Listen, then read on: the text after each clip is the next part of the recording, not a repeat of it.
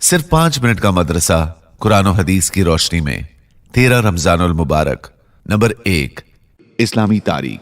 इस्लाम में पहला जुमा 12 रबीउल अव्वल 1 हिजरी को जुमा के दिन रसूलुल्लाह सल्लल्लाहु अलैहि वसल्लम खुबा से मदीना तैयबा के लिए रवाना हुए।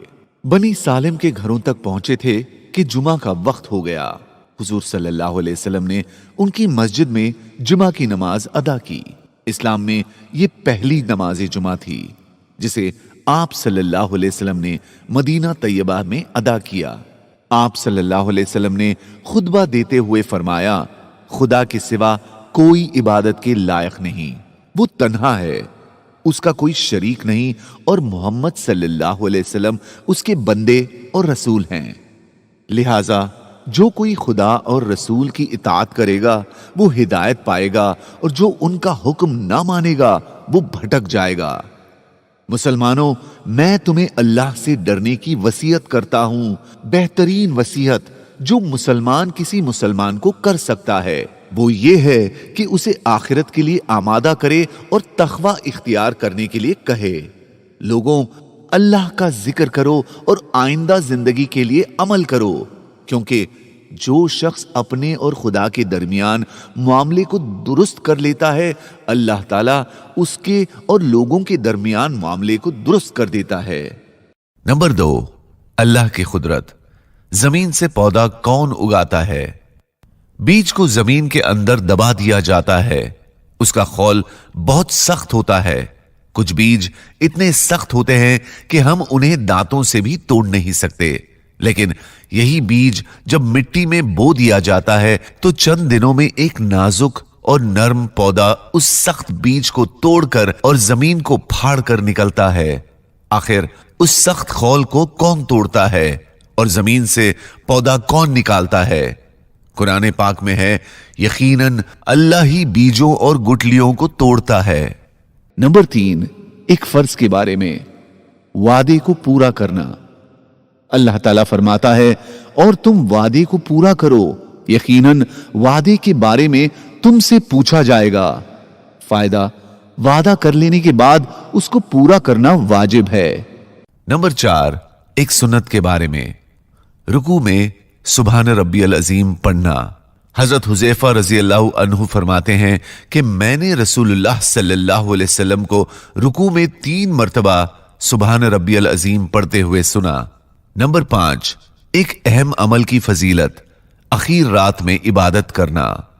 रसूलुल्लाह सल्लल्लाहु अलैहि वसल्लम ने फरमाया, हर रात में जब रात का आखिरी तिहाई हिस्सा बाकी रह जाता है तो अल्लाह ताला पहले आसमान पर तशरीफ लाते हैं और ये ऐलान करते हैं कि कौन है जो मुझसे दुआ मांगे और मैं उसकी दुआ कबूल करूं, और कौन है जो मुझसे सवाल करे और मैं उसको अता करूं, और कौन है जो मुझसे मगफिरत तलब करे और मैं उसको माफ करूं। नंबर 6, एक गुनाह के बारे में, 2 आदमियों के दरमियान घुसकर बैठने की मुमानियात। आप सल्लल्लाहु अलैहि वसल्लम ने फरमाया, किसी शख्स के लिए यह हलाल नहीं कि 2 बैठे हुए आदमियों के दरमियान उनकी इजाजत के बगैर जुदाई डाले।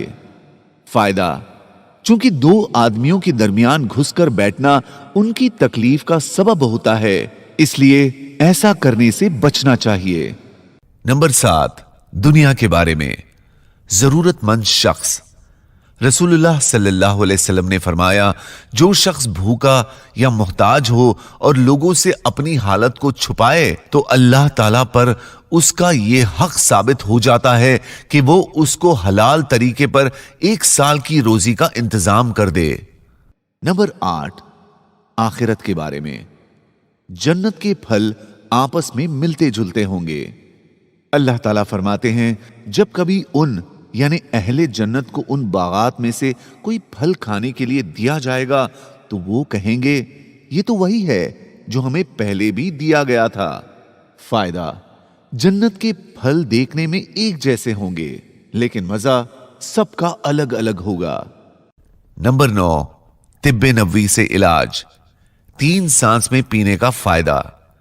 रसूलुल्लाह सल्लल्लाहु अलैहि वसल्लम पीने वाली चीजों को 3 सांस में पीते थे और फरमाते थे, ऐसा करने से इत्मीनान हो जाता है, तकलीफ और बीमारी से हिफाजत होती है और वो चीज खूब हजम होती है। नंबर 10, कुरान की नसीहत। बुराई का जवाब अच्छाई से दो। कुरान में अल्लाह ताला फरमाता है, नेकी और बुराई बराबर नहीं होती, इसलिए तुम बुराई का जवाब ऐसे तरीके से दो जो बेहतरीन हो।